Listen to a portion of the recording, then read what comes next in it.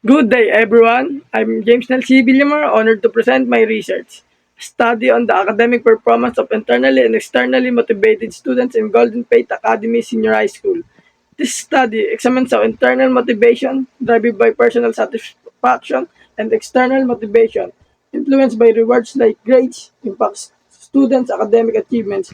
By analyzing the performance of students at Golden Pate Academy, we aim to identify which type of motivation leads to better academic outcomes, providing valuable insight for improving educational strategies and student support. This study focuses on how student motivation affects academic performance in online learning, physical education, and sports for students. It brings attention to how confidence influences conduct is goal-oriented. Additionally, the study focuses on how stress and motivation relate to senior high school. The findings indicate that while stress and motivation range from average to above average, academic achievement is satisfactory, but there's not enough proof linking motivation to academic success. Students' performance in school is important because it reflects their attitude, abilities, and knowledge. A society that is safe and organized has advantage from education. Students' performance is influenced by both internal and external motivation. There are two types of motivation. Extrinsic motivation that comes from things outside the self, like awards or gratitude, and extrinsic motivation which comes from within. The study looks at GFA senior high school students' academic performance with a focus on their motivational orientation.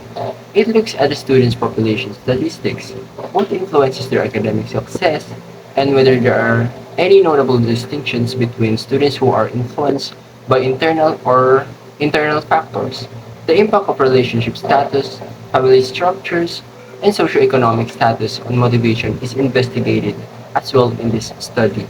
Our study embarks on a comprehensive exploration and delving into various variables, including motivation, study techniques, and extracurricular involvement.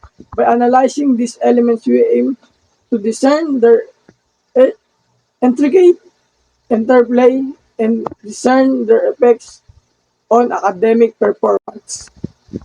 Based on the study, educational institutions shall design programs that suit to a variety of students and support those who are guided by their passions and interests. Teachers may develop more effective strategies, more motivating, engaging students with varying motives. As well, parents can be extremely helpful in creating a great learning environment and assisting students in being motivated. Further studies may examine particular elements impacting motivation and discover new methods to support students in maintaining interest and achieving achievement.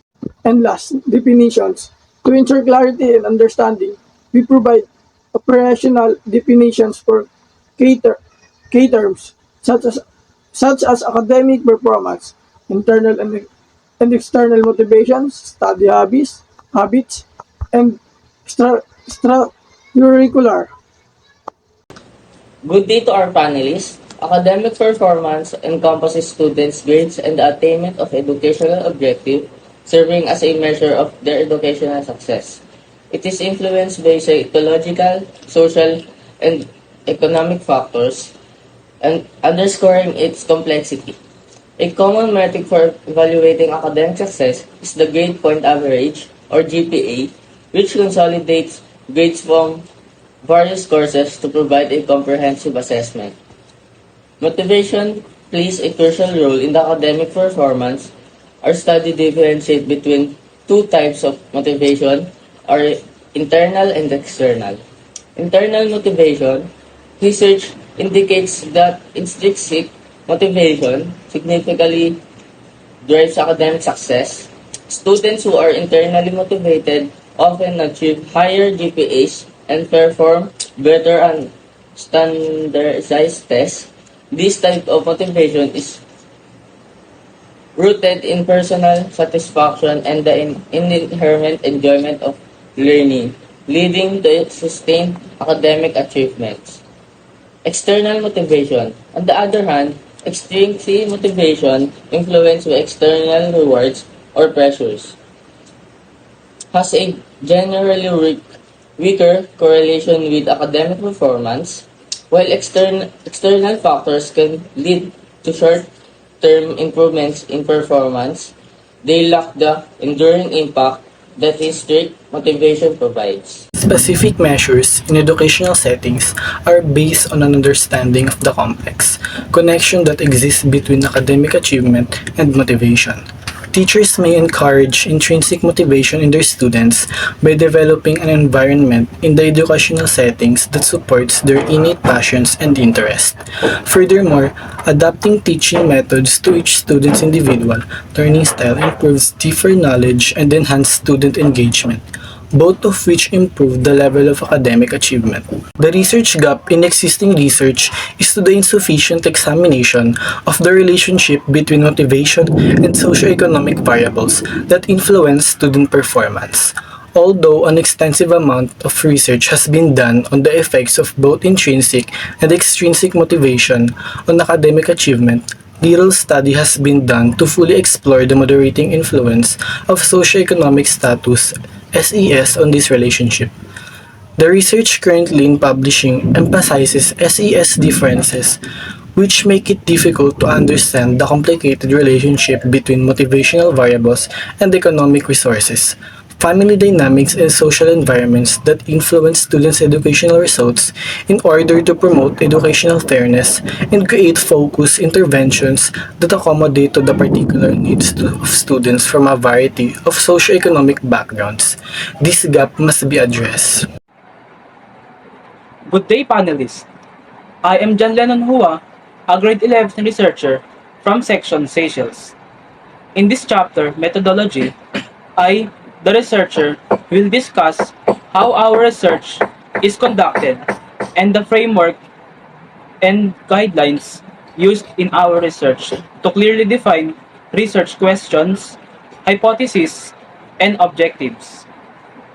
We, researchers, used a quantitative correlational research design to examine the relationship between independent and dependent variables and determine if a statistical association exists between these two variables. For the variables, the dependent variable is the academic performance, which refer to the student's success in completing tasks and achieving satisfaction on academic subjects. On the other hand, the independent variable is the extrinsic and intrinsic motivation of the students, allowing us, the researchers, to investigate the cause and effect relationship between the two variables. The goal of our study is to investigate how academic achievement is linked to student motivation. We'll use a Likert scale in our student guide questionnaire to measure both internal and external motivation. Additionally, we collect data on academic achievements through GPA, test scores, course grades, attendance records, and students' hobbies and interests. An optional demographic questionnaires gathers extra contextual information enhancing in-depth of our data, both practice and the research education. We gather data through academic records, focus group, and observations and interviews. We assess motivation and academic performance of senior high school students at Golden Faith Academy, adhering to ethical guidelines, obtaining necessary permissions. Our research examines individual students comparing the academic performance of those with internal motivation to those with external motivation at GFA Senior High School. We also consider demographic variables, educational settings, teaching methods, subject areas, and time periods to identify the potential difference. By focusing on motivational factors and their impact on academic performance, we aim to provide a comprehensive analysis using the quantitative research technique. For statistical analysis, we use three tests. The Shapiro-Wilks test assesses if our sample fits a normal distribution suitable for small samples. The Kolmogorov test evaluates non-parametric data distribution. The Levene's test checks for equal variances across the group. Since our data is non-parametric, this test helps us to ensure accurate analysis without assuming a specific population parameter. Good day, panelists. I am your researcher, Jasmine Sigmaran from 11 Seychelles. In this chapter, I and my co-researchers build upon analysis and results in this discussion to see if there's any relationship between students' life satisfaction and academic performances. Also, we are committed to considering the biological sex of the students. This might be well known for its instance details in correlation of each group. Additionally, we also need to know the family type of the students to know if their family types affect their academic performances. Since they are students, they are committed to socializing with every person around them to stabilize their skills in socializing. We need to know if there's any relationship between the students' life states and academic performances. However, these results help us to emphasize how it was influencing the relationship between the life satisfaction and academic performance of the students. The study of 2,288 Golden Plate Academy students found a very small, non-significant correlation between life satisfaction and academic performance. For both genders, the correlations were very small and non-significant, with males showing a slight negative correlation and females slight of positive one. Family type had no significant impact. Socioeconomic status showed more variation, but most correlations were non-significant, except for the students in the upper middle class who had significant, very small, negative correlation. These findings highlight the complex interplay of various factors in the relationship between life satisfaction and academic performance. In conclusion, this research on the academic performance of internally and externally motivated students at Golden Fate Academy Senior High School offers valuable insights into the impact of different motivational types on academic outcomes. The findings underscore the importance of fostering both intrinsic and extrinsic motivation to enhance students' learning and achievement. Thank you for your attention.